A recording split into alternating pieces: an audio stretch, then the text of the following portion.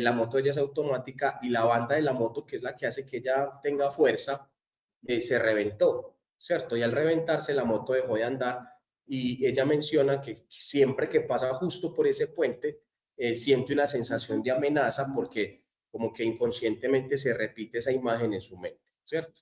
Ahí estamos viendo claramente cómo nuestro sistema fisiológico cumple una función de supervivencia. Eso que está pasando, Jere, no es que sea un trauma psicológico, sino que lo que hace el sistema fisiológico es activar una función de supervivencia. Casi que podríamos decir, esto no me puede volver a pasar. El sistema fisiológico previene y alerta a tu cuerpo antes de que aparezca la amenaza para que eso no se repita. Por eso una manera de reprogramar tu mente es que cuando pases por ahí, empieces a hablarte y a decirte, la moto está bien, la moto está arreglada, nada va a pasar, vamos a pasar bien, la moto está andando bien, ha estado funcionando bien y nada malo va a pasar y pasas. ¿Por qué? Porque ahí lo que haces es mandar la respuesta. La respuesta se originó de manera fisiológica a la corteza prefrontal medial, que es la cognición. Y ahora lo que vamos a hacer es devolvérsela de la corteza prefrontal medial, que es procesamiento de información, al sistema límbico. Es darle la orden al sistema límbico. Cuando nosotros vamos a enfrentar situaciones de desagrado, tenemos que hablarle a nuestro cerebro. Eso aplica para cualquier tipo de miedo. De hecho, cuando uno hace la terapia de exposición graduada, ¿qué busca la exposición graduada? Hay una técnica que se llama ridiculización, que es, por ejemplo, las personas que tienen fobias a las arañas. Se hace exposición gradual y le dice, imagínate la araña con sombrero, imagínate la araña con zapatos de payaso. Entonces lo que hacemos es ridiculizar el ambiente negativo para que la persona asocie el estímulo negativo, que es fóbico, con una experiencia burlesca. Sí, algo así. Sí, de hecho en ese capítulo que en ese capítulo se ve mucho. Es que es más, a mí por eso me encanta el cine, porque el cine tiene eso, el cine está cargado de psicología. Todo lo que hay en el cine está cargado de psicología. Ustedes han visto las películas de terror cuando muestran escenas de terror que aparecen así, ¡guau! De repente. ¿Qué hace la escena de repente de terror? Activa nuestro psicológico. ¿Pero por qué lo activa? Por una sencilla razón. Es más, se los voy a poner así. Haga de cuenta que yo llego aquí y saco de mi bolso una serpiente de plástico así delgadita. Y llego y la tiro así. ¡Fra! ¿Cierto? La tiro. La respuesta que va a hacer que ustedes salten y brinquen y ya después apenas ven, profe, eso era de plástico, usted cómo nos hace esto, usted de tan mal gusto, ¿cómo hace esto? ¿Por qué? Porque ahí es donde damos cuenta que nuestra fisiología está diseñada ¿para qué? Para que nosotros tengamos un sistema de supervivencia. Ese es el sistema de supervivencia que nosotros tenemos.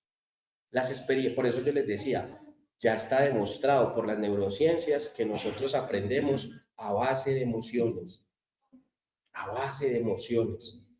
Si lo llevamos al campo de la psicoterapia, eso lo llamamos alianza terapéutica. ¿Qué hace que mi paciente? Es más, yo he comprobado que lo que más funciona en terapia no es ni siquiera lo que uno le dice al paciente. A veces uno termina diciendo tantas cosas que el paciente realmente solo se queda con 2 o con 3 de lo que uno le dice. ¿Sabe qué es lo que más ayuda en terapia ayer? Sentirse escuchado por mi terapeuta. O sea, lograr generar el famoso match, pero en términos clínicos. O sea, que haya una conexión emocional con mi terapeuta. Nada más una paciente esta tarde me decía, es que doctor, no vaya a pensar que yo estoy sintiendo algo con usted porque por lo que le llevé un detalle. Me decía ella. Yo entiendo claramente que el detalle cumplió una función. Sí, pero también de validación, porque viene de una experiencia de invalidación. Entonces, ¿qué pasa si ella se encuentra con alguien que la valida? Se siente reconocida, se siente escuchada, se siente valiosa, se siente amada, se siente útil. Entonces ella va a creer que es que uno se está enamorando de ella o ella de uno, pero eso también pasa en consulta, eso es lo que llamamos transferencia, que puede ser positiva, negativa, ¿no? O sexual también, ¿no? Es como a veces cuando ustedes pueden llegar a tener ciertos sentimientos hacia algún profesor. A mí, por ejemplo, cuando estaba muy pequeño me gustaba mucho la profe de ciencias. Me parecía hermosa la profe de ciencias y parecía así como una fresita toda limpiecita, toda pulcra. Y yo veía a esa profe y yo era todo feliz en clase de ciencias. Eso pasa, es ese tipo de transferencia que nosotros realizamos y que habla justamente del sistema límbico. Cómo el sistema límbico, cuando no se siente en amenaza, tiene mayor predisposición para el aprendizaje. ¿Listo? Bueno. ¿Te gustaba la profe de matemáticas? Sí, así es, sí. O uno muchas veces le cogió rabia a una materia por el profesor. No porque la materia fuera maluca, sino porque el profesor hizo que esa materia fuera maluca.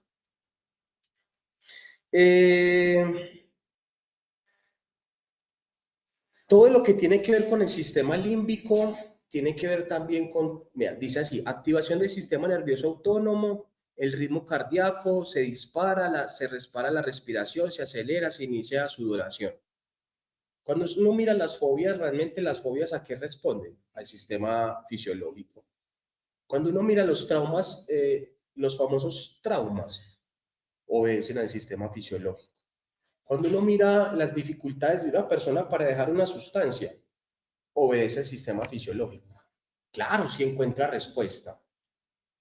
Entonces tenemos un pelado que quiere dejar la marihuana. Él quiere dejar la marihuana, pero justo, está empezando ese proceso de deshabituar el consumo y pelea con el papá. Y pelea, y el papá empieza, vos sos inútil, vos no servís para nada. Todo el día echado en una cama, pues, haga alguna cosa, denle un puño a la tierra. Entonces, ¿qué va a pasar con el pelado? Va a aplicar una respuesta de huida. Ahí es donde aparece la expresión conductual, la comunicación no verbal, la alteración observable, la tensión, el lenguaje corporal, cambio rápido, la expresión facial. La expresión conductual no es solamente aquello que se ve por medio del lenguaje no verbal. La expresión conductual es aquello que yo repito por medio de las experiencias que ya encontré que son desagradables, entonces las evito. ¿Sabe qué? Yo más bien voy a ir a fumar vareta porque es que este viejo viene echando cantaleta, más bien me voy a fumar vareta. Miren que todo eso no es lineal. Ahí lo muestra como en cuadros, pero yo diría que eso también es circular. Eso también es circular. ¿Por qué? Porque no opera bajo una lógica. A veces nuestro sistema fisiológico se dispara primero y es el sistema cognitivo el que procesa esa emoción. A veces es el sistema cognitivo el que dispara una situación por medio de un pensamiento y lo que hace el sistema fisiológico es dar calidad de verdad a eso que pienso. Recordemos que la mente no sabe diferenciar entre la fantasía y la realidad. Si yo me hablo y me trato como si fuera un imbécil, la mente lo reconoce y se va a sentir mal.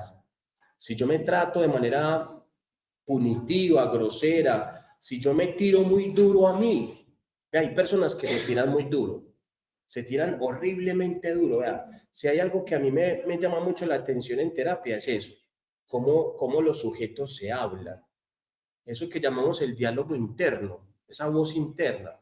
La voz interna hay que saberla controlar, porque nuestra voz interna puede ser muy nociva para la salud mental. Dime cómo te hablas y te diré quién eres.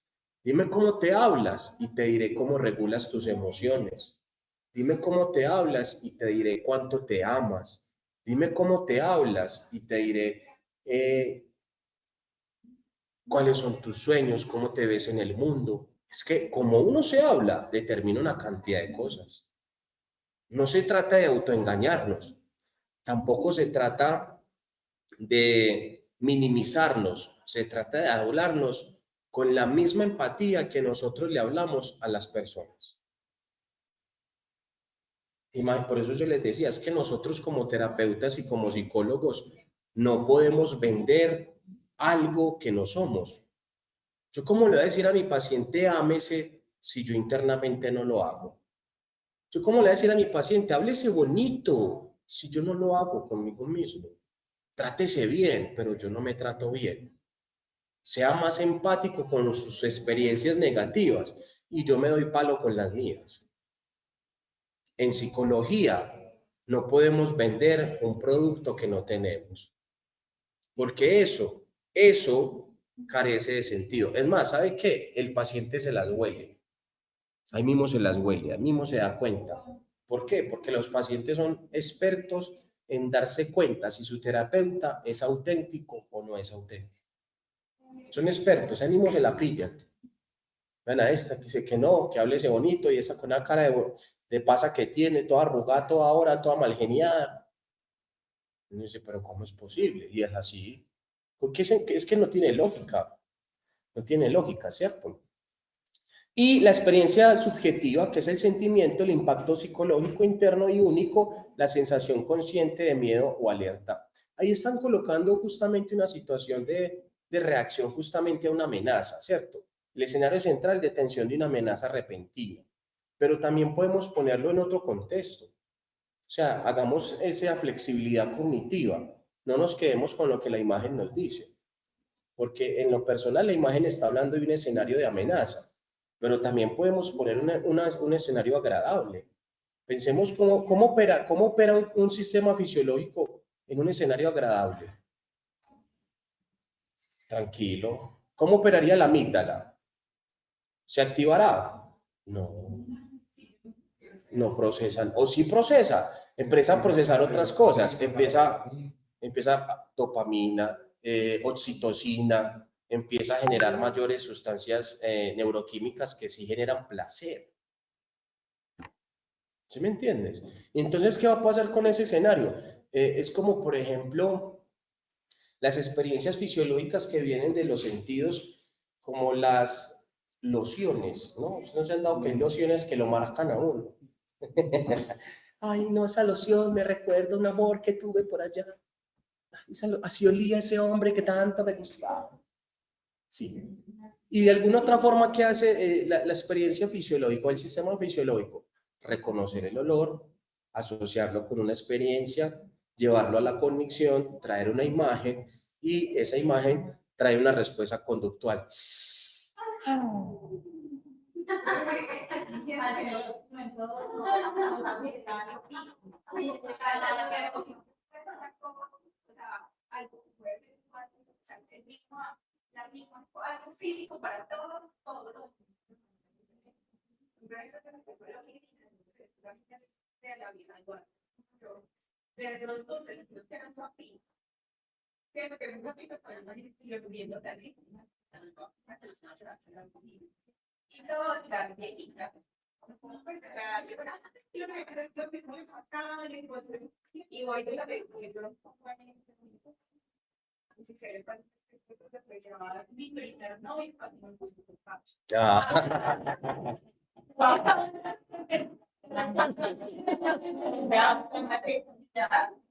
Ah, no, vaya a terapia. ¿Por qué no la mandó a terapia? Dígale, ay, no.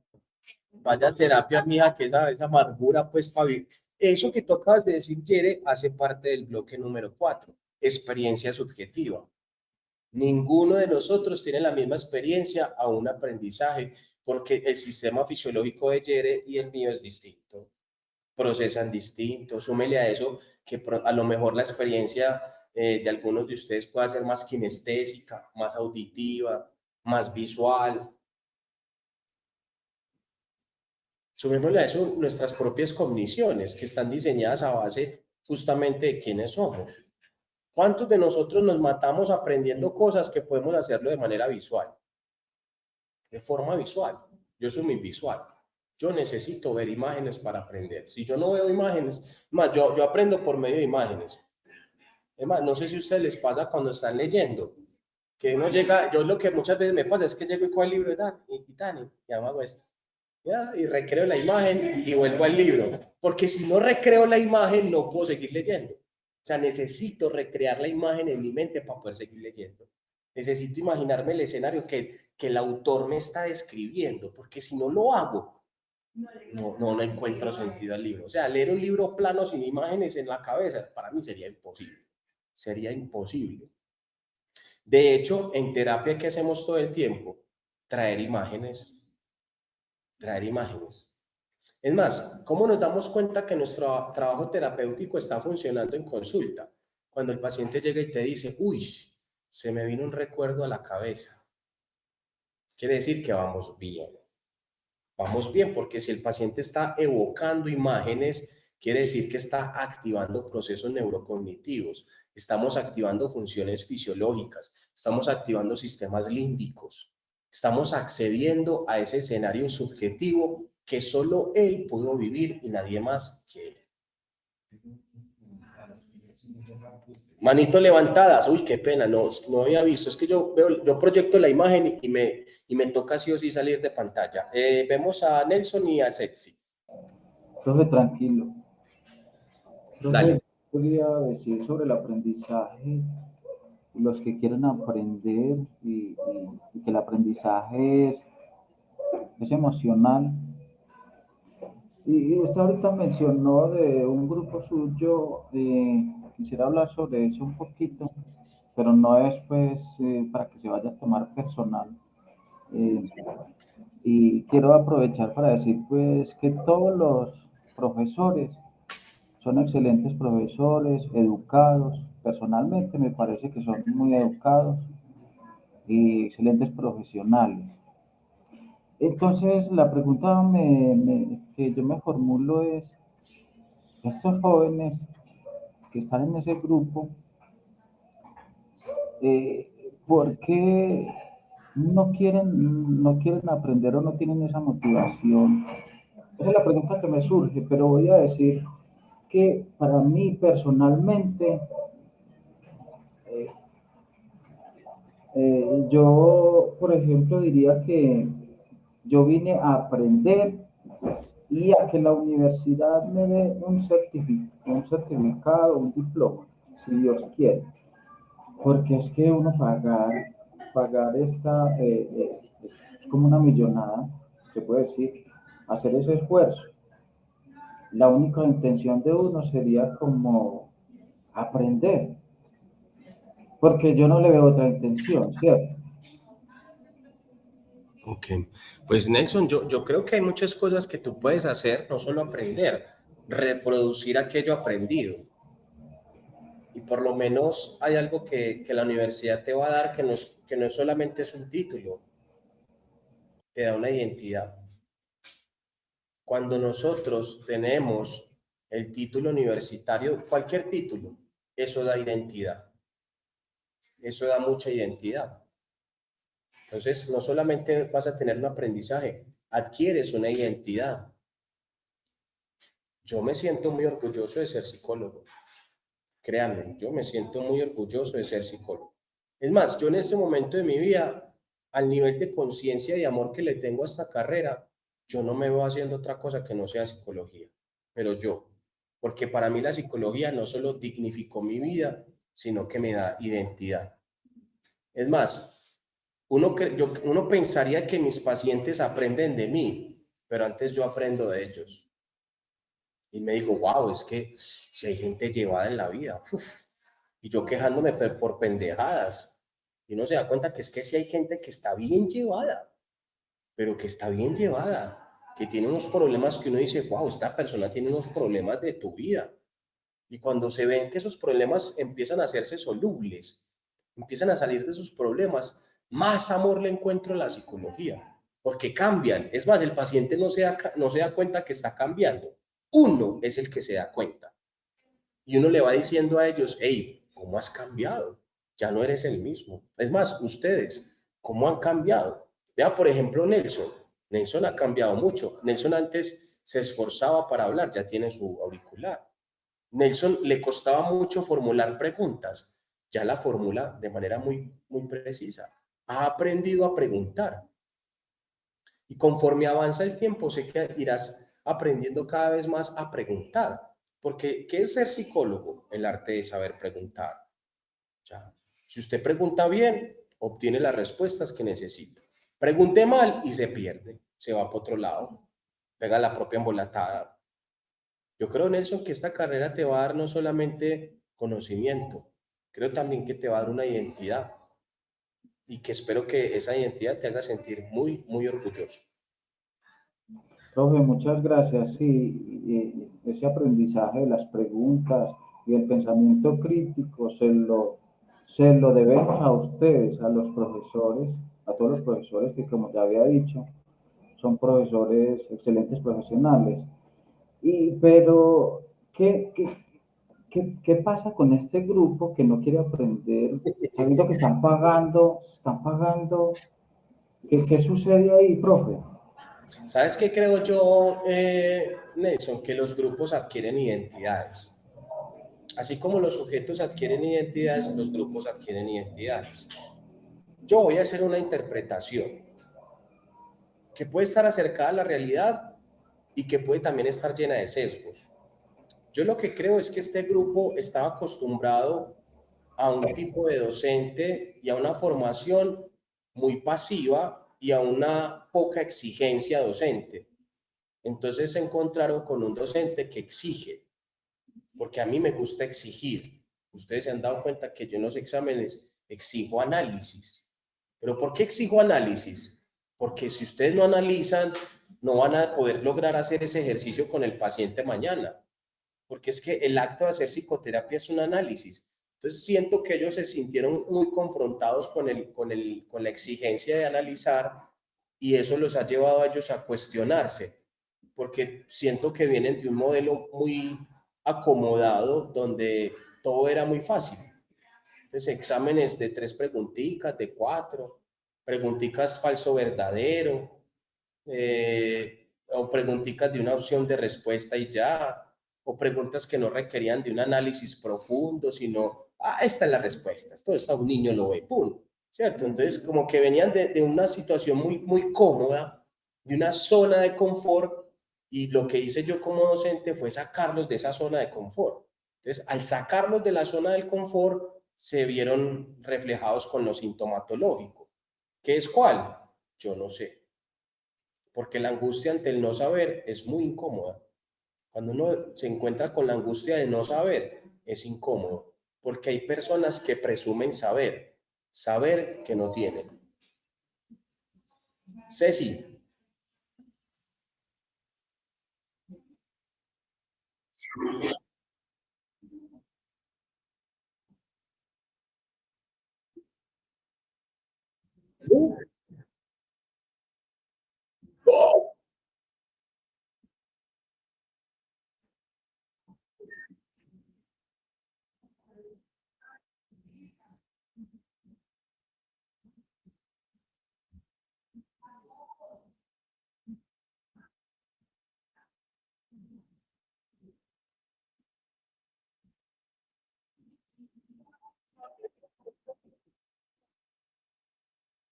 ¿Y eso es bueno o eso es malo, Ceci? Pasar si me voy. Sí, para que vayan viendo. Es una maravilla, oiga, eso es una maravilla. Y hasta me he pegado unas lloradas con unos textos. Llego y hago la pausa, miro, y yo, y me da como una cosa por dentro. ¿Sabe cuál me hizo llorar mucho? El de Héctor Abad, el de, se me olvidó el texto, el que le escribe a su padre, el texto que le, el olvido que seremos. Uy, ese texto, vea, recomendadísimo. Yo lloré con ese libro, El olvido que seremos, de Héctor Abad Faciolín. Hijo, no padre, sino porque hay un teatro en la de Antioquia que se llama Héctor Abad.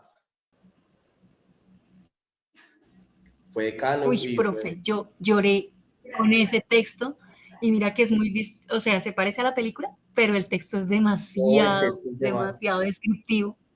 Me encantó. Oiga, ¿y sabe qué es lo más triste? Que le presté ese libro a una paciente y nunca me lo devolvió. Y era Ay, original. no, qué horror. Sí, porque la gracia era original. Pues se puede compartir estos no originales, pero como es de rico tener una bibliotequita original que usted se sienta orgulloso, eso lo compré yo. Eso es una maravilla. Me lo tengo que conseguir otra vez y releerlo, porque lo más bonito, hay un texto, hay uno de Mario Mendoza que se llama Leer es resistir, y es muy bacano porque él habla de que justamente hay textos que se vuelven memorables, que valen la pena volverlos a leer y que uno ya no los lee igual, los lee diferente. A lo mejor si lo leo por segunda vez no lloro tanto como la primera. Vamos a ver, de pronto y sí. Bueno, vamos a esta imagen, el mapeo arquitectónico de las teorías emocionales. Recordemos que aquí en este mapeo arquitectónico de las teorías emocionales, y con esto terminamos pues la presentación del día de hoy. Nos iremos hasta las 7, Dios mediante, para que puedan tener sus espacios. Vamos a ver que en ese mapeo todos tienen una interpretación, ¿cierto? Hay diferentes teóricos, está James, está Cannon, está Schachner, está Lanzurus en la teoría de la valoración, la teoría bifactorial, la teoría de Cannon-Barr, la teoría de James-Lane, ¿cierto? Ahí vamos a ver que todos nos hablan de un estímulo. ¿Por qué nos hablan de un estímulo? Porque, clase, todos nosotros actuamos conforme a los estímulos, porque ninguna conducta opera en el vacío. El estímulo que hoy tenemos es que un salón, una luz con cierto tenue, hoy tenemos un aire acondicionado con unas características de calor o de frío, el eco del salón, lo que los estudiantes están viendo allá, también es parte de esos estímulos que finalmente nos llevan justamente a entender que dependiendo del estímulo hay también una activación fisiológica. Muchos van a ver el estímulo del aire, especialmente luz, y va a decir, ay, profe, qué frío está haciendo, profe. ¿Cierto? Y entonces ese estímulo del frío la hará, ¿cierto? Otra dirá que inclusive con el aire tenía que bolearse con el abanico, ¿cierto? Entonces, ahí está. Otros simplemente disfrutan el frío, otros el frío los adormece, otros, bueno, sí se dan cuenta que el estímulo es igual, pero la experiencia es distinta. Entonces aquí vamos a ver esto. En la teoría de James, la fisiología procede del sentimiento. La fisiología procede del sentimiento. Veamos aquí, subrayémoslo en amarillito. Ese amarillito, no lo pongo en negro para que no quede muy perverso. La reacción visceral fisiológica, la interpretación es una respuesta como emoción. ¿Cuál es el núcleo teórico de esta realidad? El núcleo teórico es aquí. Sentimos miedo porque temblamos o corremos, no al revés. La experiencia emocional es el registro subjetivo de los cambios periféricos. La respuesta fisiológica, aparición de la emoción. Es decir, que dependiendo del estímulo, nuestra respuesta fisiológica, y ahí casi que va en contra un poco a lo que estábamos diciendo ahorita. Nos está diciendo que el miedo en nosotros activa un estímulo y no al revés. O sea que primero aparece la emoción y después aparece la conducta. Respuesta fisiológica, emoción. Respuesta fisiológica, emoción. ¿Cuántos de nosotros asociamos respuestas fisiológicas a emociones? Y no necesariamente porque haya un sustento de hechos reales, sino porque ya la experiencia ya nos recordó que es así y no puede ser de otra manera. Entonces la emoción es exactamente proporcional a la respuesta fisiológica. No sé si me estoy haciendo entender con el ejemplo, con el asunto. ¿Qué pasa aquí? Un ejemplo. Resulta que yo vengo de experiencias afectivas con hombres muy perros y ya me les conozco el lenguaje y ya sé cómo hablan y ya sé cómo se expresan y me voy dando cuenta que ellos son como manipuladorcitos, porque el hombre perro es manipulador y tienen cierto lenguaje. El hombre perro usualmente, ¿cómo es? Es de darle toda la atención a la mujer. Tú eres mi princesa, sin ti no hay mundo. Y entonces se sobresale en atención a la chica. O sea, la desborda de atención. Te llevo, te traigo, ¿para dónde vas? ¿Qué quieres? Te traje esta ensaladita de frutas. Mira, te compré lo que tanto te gusta, ¿cierto? Usualmente el hombre perro tiende a tener sobreatención sobre la mujer. ¿Por qué? Porque es que esa es la forma en cómo él aprendió a conquistar las mujeres. Porque de alguna otra forma concluyen que las mujeres son fácilmente persuadidas por ese tipo de sobreatención. Y si fuera de eso esa mujer careció de atención en sus experiencias infantiles, ahí mismo va a decir, ay, no, es que a mí nunca me había tocado un hombre así, tan atento, tan pendiente de mí, que me llevara, me trajera, es más, hasta me amarró los cordones. ¿Cierto? Entonces, ¿qué pasa? Ahí ese es el estímulo. ¿Sí o qué? Ese es el estímulo. Ese estímulo activa una respuesta fisiológica, enamoramiento. ¿Sí o qué? Y aparece activa la respuesta fisiológica y activa esa aparición emocional, enamoramiento. Pero ¿qué pasa? Supongamos que ese estímulo, ella se va dando cuenta que él es perro y lo deja. Y consigue otro y ese otro hace exactamente lo mismo. Y descubre que ese también es perro, porque el estímulo es el mismo. Y va a llegar un tercero y al tercero le toca pagar los platos rotos de los dos primeros. Y resulta que el tercero ya no es tan atento, no es tanto de darle la atención, le da atención, pero lo suficiente, pero ya va a asociar que esa atención está asociada al hombre perro. Entonces, cada vez que un hombre intenta ser atento con ella, este es que tiene algo, este es que seguramente tiene otra, este es que quiere comer aquí y después irse como todos los demás. Entonces ya la respuesta ante el estímulo va a ser que la respuesta fisiológica genere en ella una aparición de amenaza o una aparición de una emoción. Ojo, ese ejemplo cabe para lo malo como para lo bueno. ¿Listo? Eso puede pasar exactamente igual, que pasen situaciones que sean altamente positivas, donde se reconozca mi estímulo. Y si se me reconoce mi estímulo, pensemos en una empleada que llegan, vean, lo mejor para saber que en una empresa es una buena empresa es cuando esa empresa tiene, ¿cómo se llama eso, Yere? Ascensos. ¿Cómo se llama eso, Yere? Cuando hay reconocimientos y ascensos. Cuando se promueve en una empresa el crecimiento del empleado. Ahí nos damos cuenta que esa empresa es buena. Si en esa empresa no hay un plan carrera, no hay un plan de promover ascensos, esa empresa, preocúpese porque en esa empresa no es buena. ¿Por qué? Porque justamente el estímulo es que el trabajo. La respuesta fisiológica es que ese trabajo da estabilidad y da seguridad. Y la emoción que puede aparecer es, me siento seguro porque mi empresa me está dando un reconocimiento. Y mi respuesta fisiológica es, estoy tranquilo porque viene la quincena y en esta empresa pagan puntualmente y mi platica quincenal, ahí está. No hay situaciones de amenaza, ¿cierto? Entonces, ¿qué va a generar ese tipo de apariciones? Emociones positivas. Emociones que van a terminar en conductas favorables que pueden traducir rendimiento, que pueden traducir buena atención al cliente, etc.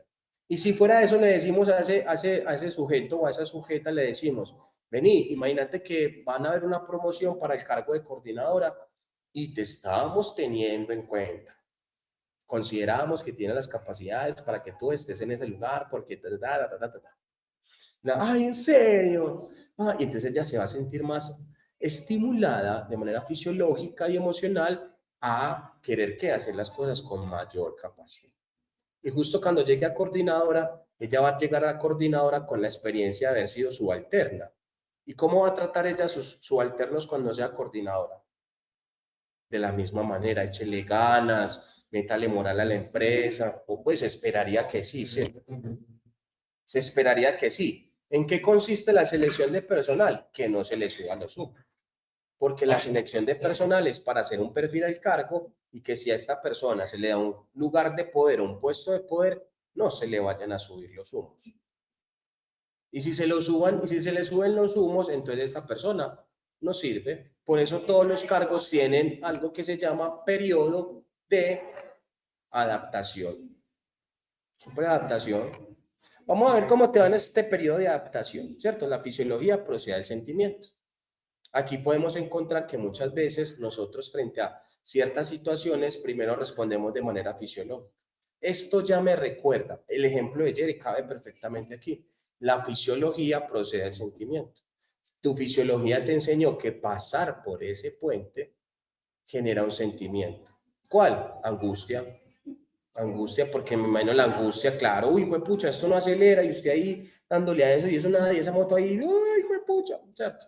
La fisiología precede el sentimiento. En la teoría de Cannon-Bard, aquí vemos procesamiento del tálamo simétrico, respuesta fisiológica más emoción, y vemos que el núcleo de esto es que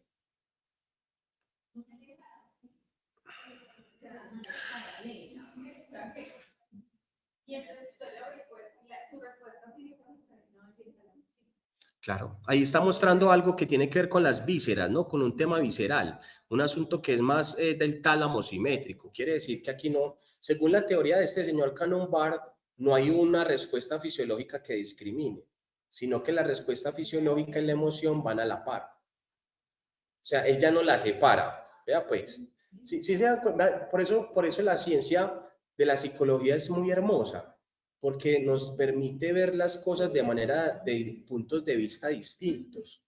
No la psicología jamás te va a mostrar una visión única de las cosas. Es más, yo creo que eso sería tan triste. Usted se imagina donde no existieran los humanistas, sería muy triste. Donde todos fuéramos cognitivos, qué aburrido sería la psicología. Todos cuadriculados ahí, ¿no? O donde todos fuéramos humanistas, todos hablando de autorrealización y todos hablando del hombre en búsqueda de sentido. Es que te falta sentido para la vida, ¿cierto? O donde todos fuéramos dinámicos. No, lo que pasa es que lo tuyo es muy inconsciente. Qué amor tan inconsciente el que tú tienes. ¿Sí se dan cuenta que de alguna otra manera la psicología nos permite eso? Ocurre de manera paralela. Aquí no hay una distinción distinta frente a eso, no hay una división, hay una realidad que traduce respuesta fisiológica a emoción de manera simultánea. Yo creo que ahí podríamos verlo específicamente en las reacciones de miedo. En el miedo ahí aparecen respuestas fisiológicas y emociones ancladas de manera directa, como por lo que la rabia, las emociones.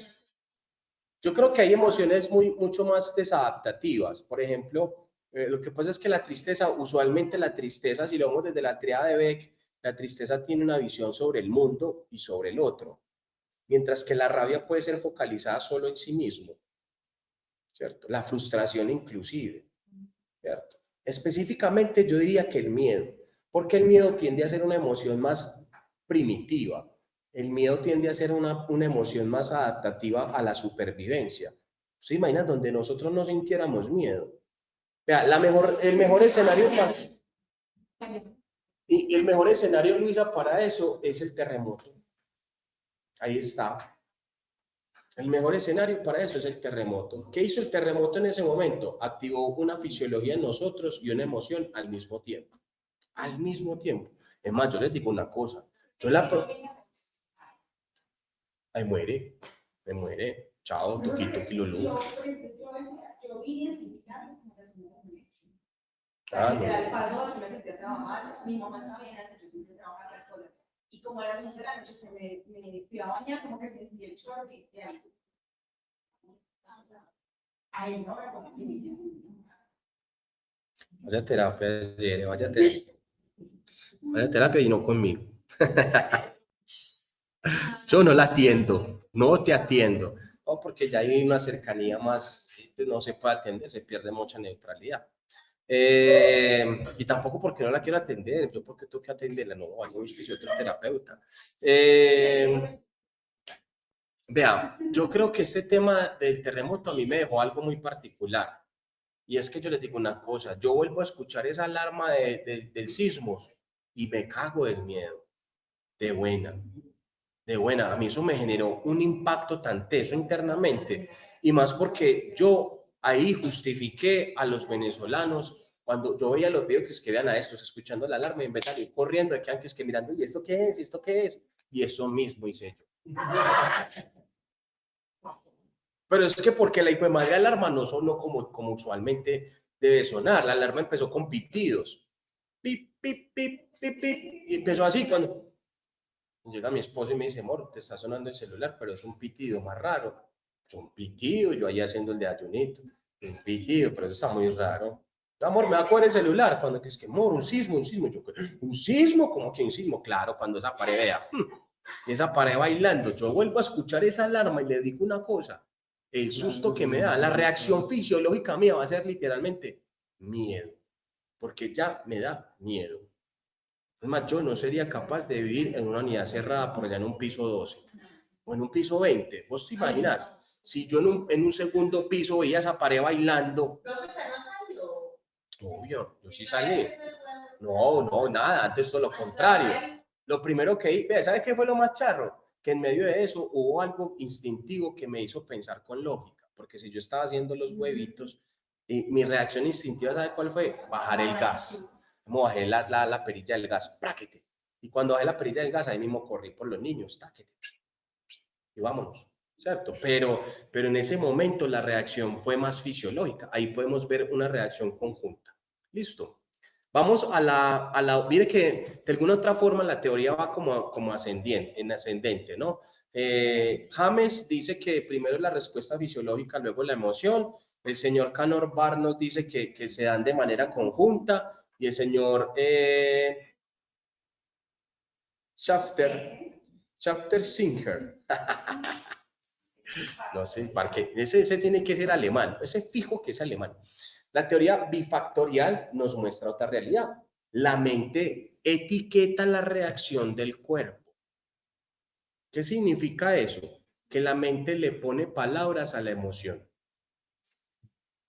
Casi que eso también, vea, eso que está diciendo este señor, para no ponerme ahí yo ahí a escupir palabras diciendo de nombre, eso en su momento también lo dijo Sigmund Freud, que los sujetos primero significan aquello que experimentan.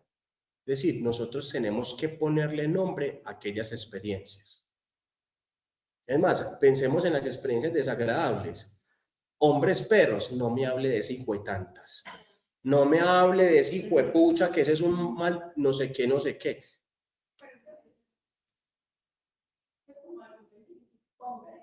¿Cómo se llama? Sí. Porque si uno le pone nombre, pues no vas a ver cómo algo.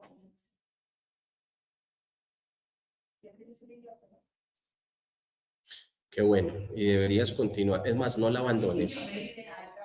No se vaya a dar de alta. No se vaya a dar de alta, Yere, porque existe una alta probabilidad de la recaída.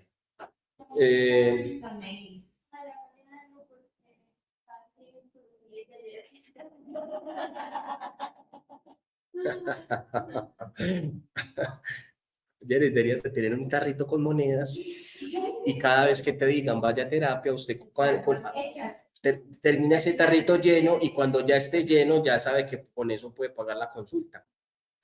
Listo. Vea, esto que nos está mostrando este señor, la activación fisiológica más la interpretación cognitiva, es algo que es quizás lo más actualizado en términos de la experiencia actual. ¿Por qué? Porque de alguna otra manera nosotros siempre buscamos ponerle nombre a las experiencias.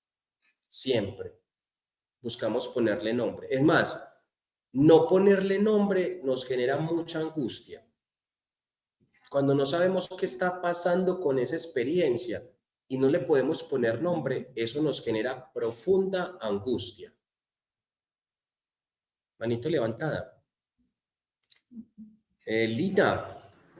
Profe, ¿nos podrías dar un ejemplo de esa teoría bifactorial, porfa? Pero si me dice el nombre si me dice el nombre del autor. No, primero me lo dice usted. Tiene que pronunciarlo bien. No, casi se me cae el corega ahí pronunciando de nombre. Pero Sigmund Freud lo pronunció muy bien. ¿Cómo así? Qué triste, en serio. Lucecita se quedó sin electricidad. Hace rato. Qué pecado, Lucecita. Muy triste, hombre, Lucecita. Lucecita sí debe estar experimentando unas reacciones fisiológicas bien complejas. Pongámosle nombre, vea. Terminamos de explicar la teoría. Nos dice entonces que el núcleo teórico, ¿cuál es? Que la activación fisiológica determina la intensidad. Pero es la cognición la que le pone contexto y le da nombre, la calidad de la emoción y le atribuye una causa. Ceci, ¿nos vas a decir el nombre del autor? Dale, dale, dale. Ceci es experta en esas palabras raras que... Guau. Uy, otra vez, otra vez. Uy, eso sonó como a línea caliente, pero vale. Pero vale. Dale, Ceci, ¿qué ibas a decir? Cuéntanos. Bueno, está bien. Un ejemplo, Lina, de cómo nosotros le atribuimos nombre a las experiencias intensas. Por ejemplo, la experiencia de duelo, ¿cierto? La experiencia de duelo frente a la muerte de un familiar. ¿Se han dado cuenta que usualmente las personas dicen esta expresión? Yo no voy a ser capaz de superar esto. Yo no voy a ser capaz de superar esto. Y se lo dicen a la muerte de su esposo, de un marido, de un hijo. Es muy doloroso, pero dicen, es que yo no voy a ser capaz de superar esto. Ahí es donde adquiere justamente sentido gran parte de nuestra cognición. Porque si yo me repito, no voy a ser capaz de superar esto, no voy a ser capaz de superar esto, no voy a ser capaz de superar esto, ¿cómo se construye esa emoción? O sea, se construye una emoción de desesperanza.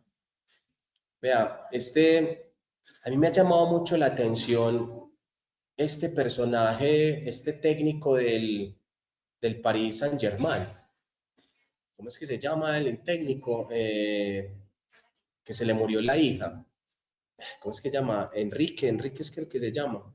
El técnico del Paris Saint-Germain se le murió la hija, estando Luis Enrique, se le murió la hija, y a mí me ha llamado demasiado la atención la forma en cómo él asimiló la muerte de su hija. O sea, él la asimiló desde el no olvido, pero desde el no olvido no significa que la recuerda con tristeza, sino que la recuerda con profundo amor, a tal punto de que es capaz de sentarse a ver un video de su hija cuando jugaba. O sea, me ha parecido un capo, eso es ser un capo, o sea, un capo de la resiliencia. Ese tipo está años luz de la resiliencia, años luz, porque él la recordaba con mucho amor. De hecho, cuando quedó campeón de la Champions con el Paris Saint-Germain, pues un tema de fútbol, pero se me vino a la mente, no tenía más ejemplos. ¿Cierto que sí? Sí. Le recomiendo la historia, que mire la historia de Luis Enrique, el técnico del Paris Saint-Germain.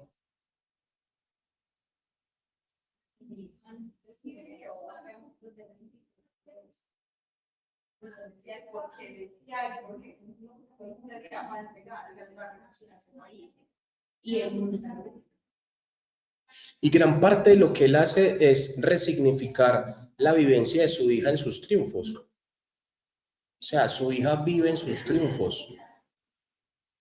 Muy intenso, o sea, es un nivel de resiliencia enorme, o sea, enorme. Ahí, en este ejemplo, podemos ver cómo nuestras reacciones fisiológicas adquieren nombre y le ponemos nombre conforme a la intensidad de la respuesta fisiológica. Si tenemos una angustia desbordada, yo no voy a ser capaz con esto me supera, porque a mí, ¿por qué me tenía que pasar esto a mí?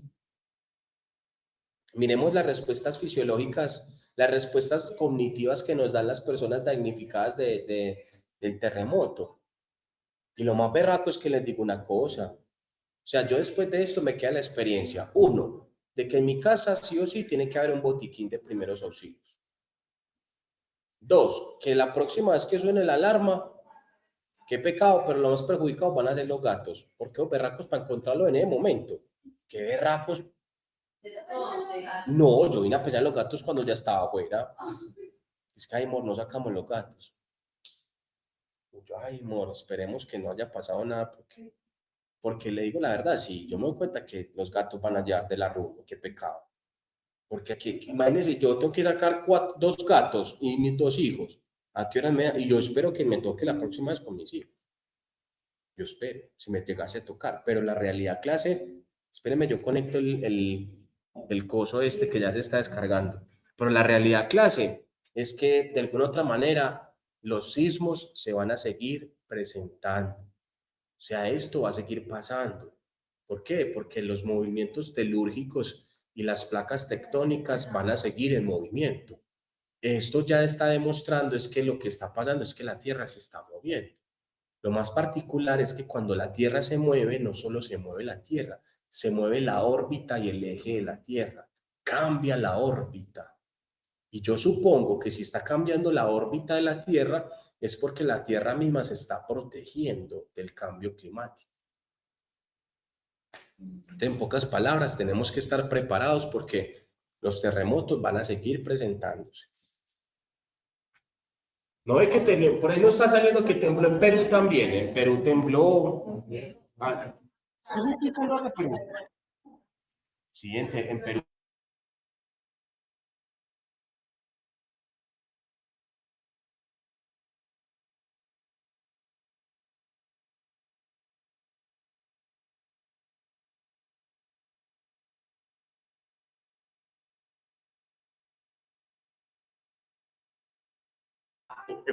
Y llegó yo y yo se le traigo, uy, no sé cómo puso eso ahí.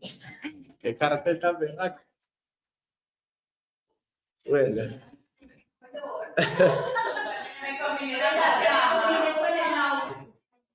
Bueno, entonces la reconstrucción de la emoción. Schafter-Singer, ¿cómo la vieron ahí? No se me cayó el corega. No se me cayó el corega. Se me picó una muela, pero el corega no me cayó. Ok, bueno, vamos con la teoría de valores, de valoración. Larasus. La valoración cognitiva. Lazarus. Bueno, este señor nos dice entonces que el estímulo es interpretación del hecho. Aquí ya aparece una respuesta más cognitiva. Nos dice entonces que no reaccionamos al hecho, sino a nuestra valoración del sí mismo. Es decir, que basados en el hecho aparece la interpretación. Esto es muy beckiano, esto es muy propio de Beck, ¿cierto? Si uno mira, este señor dice que, porque es una valoración cognitiva, esto es muy propio de Beck. ¿En relación a qué? A la subjetividad. ¿En relación a qué? A los estímulos. Yo no sé por qué estamos tomando ejemplos negativos. Deberíamos de tomar ejemplos como más positivos, ¿cierto? Pero sí, utilicemos un ejemplo positivo de la valoración de este estímulo. La interpretación del hecho. Listo, vamos a utilizar un ejemplo positivo. Imaginémonos una hija que creció con un padre que le dio su lugar, que la trató con respeto, que le mostró el amor, que le mostró lo valiosa que es como hija, lo valiosa que es como mujer, le enseñó a darse un lugar, a hacerse respetar, a poner límites. Ahí esta hija creció bajo unos estímulos altamente positivos porque creó una construcción de una imagen integrada. A eso en psicodinámica lo llamamos un self integrado, un self que está integradísimo, ¿cierto? Entonces resulta que ella ya tiene una interpretación del hecho. El amor no tiene por qué doler, porque el amor debe ser positivo, el amor tiene que ser seguro. A eso también dentro de la teoría de John Bowlby lo conocemos como apego seguro. Entonces, ¿qué va a pasar? Que esta chica va a encontrar un hombre que no la trate con el mismo amor que el padre la trataba. Adivinen cómo va a ser la reacción emocional de ella. ¿Quedarse ahí? Vea, ¿cuál es la curva ahí mismo? ¿Por qué? Porque ella no se merece menos. Si ella ya la han tratado con amor, si ella creció en un hogar que se le dio el amor, el respeto, la dignidad, el buen trato, un lugar, ¿ella qué va a hacer? Conseguir un hombre que le dé eso mismo y un poquito más. Y un poquito más. Y no va a estar dispuesta a negociar. Qué pena, pero es que en mi casa a mí me dieron demasiado amor, demasiada atención para que usted me venga a hacer ghosting a mí. ¿Qué tal? Hello, ghosting a mí. Chao con adiós, mi hijo. Eso de amor intermitente nada que ver conmigo. O todo o nada. Medias tintas no me sirve. Reacción emocional. Esa reacción emocional vista en términos psicodinámicos y psicológicos es la reacción emocional de darse un lugar seguro. Es que no hay nada más hermoso que sentirse seguro en una relación. No hay nada más hermoso que sentirse seguro en un puesto de trabajo. No hay nada más chévere que usted compartir con personas con las que usted se siente seguro. ¿Ustedes no se han dado cuenta que hay veces que mujeres comparten con sus propias enemigas? Que son que es que amigas y rivales. Que es la misma amiga y es la misma amiga que le clava el puñal, que la critica, la por debajea y aún está ahí. ¿Cómo es de bueno uno estar rodeado de gente que le transmite seguridad? Que lo hace uno sentir fisiológicamente bacano, chévere. Ah, en la poligamia no, es que la pasa es que en la poligamia es una forma de perversión, es una forma de goce y disfrute de lo perverso, donde el otro no me pertenece. Yo hago objeto del otro para mi pertenencia sexual. Entonces ahí cambia el asunto, Juan, pero en términos del amor, el amor seguro es lo más delicioso que hay. Varias mujeres. Yo digo que eso siempre termina algo mal. Yo digo que eso no termina bien. A menos de que ese man sea un jeque árabe y pueda tener la plata para mantenerla a todas contentas. Pero si ya tener a una contenta es bien complicado, no con dos. Qué cartada se pega. Qué encartada. ¿Qué? Yo no sé cómo hacen para tener y tener dos doble vida. De buena, yo admiro tanto a los manes, no lo admiro en el término de la envidia, sino que yo digo, estos manes, ¿cómo hacen? ¿Y sabe qué es lo más berraco? ¿Cómo le rinde la plata? ¿Cómo hacen para que le rinda la plata con mozo y mujer? ¿Qué? Imagínese una salita con la moza y después con la mujer. Por Dios, eso no hay bolsillo que aguante eso. No. Y con dos suegras. Pucha. Que complique, si ya. Clase, como pudimos ver en este ejemplo, depende, júntelos a los dos. Como pudimos ver en esta clase, empezamos a hablar de elementos de la motivación desde un escenario que pareciera muy superficial, que pareciera muy vacío, que pareciera que la motivación es algo como cierto romántico, pero mire que ya estamos desglosando y llegando a un punto donde la emoción y la motivación es altamente conductual, es altamente cognitivo, es altamente fisiológico y trae consigo respuestas y aprendizajes. Pero que lo más importante de todo esto, y es quizás lo que yo quiero resaltar, es que aquí lo que mejor ocurre es que toda interpretación es altamente subjetiva. Lo que motiva a uno no motiva a otro.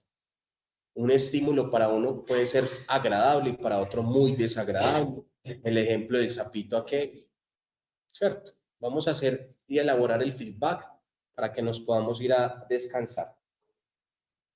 Feedback. ¿Qué se llevan para sus vidas profesionales?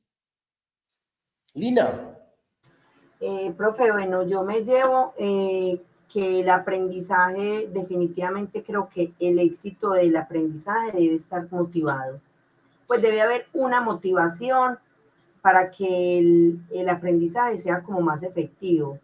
O sea, me impresionó mucho cuando usted puso ese ejemplo de que, pues de que estábamos acá con una motivación, ¿cierto?